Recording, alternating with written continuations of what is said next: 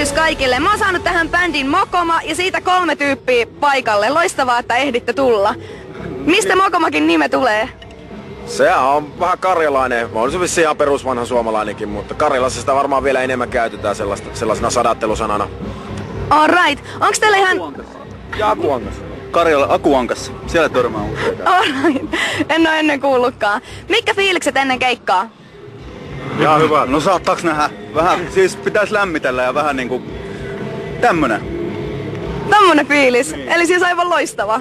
Ihanaa. Jos ajattelee 24H olisi tällainen fiilis, niin olisiko tää nyt loistava? Ei. Olis mun mielestä. Ei mut hei, teidän nettisivulla on loistavasti piirretty teistä kaikista kuvat. Haluatteko mainita tämän taiteilijan nimen? Kaikki meihin tutustuneet tietääkin, että se on Pirisen Ville, sarjakuvataiteilija Pirisen Ville. Terveiset sinne.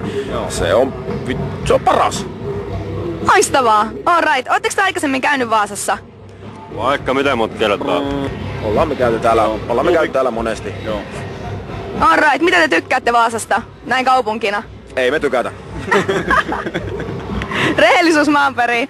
Ei mut oikeesti. Aivan loistavaa, että te pääsitte tulemaan tähän. Mun on pakko kysyä Markolta, tai joku on maininnut Top 5 netissä SMX mehujää. Onko se joku himoherkku?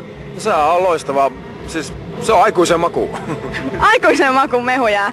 Okei. Hei, kiitos pojat. Erittäin paljon onnea keikkaan. Kiitoksia. Ei sitä onnea.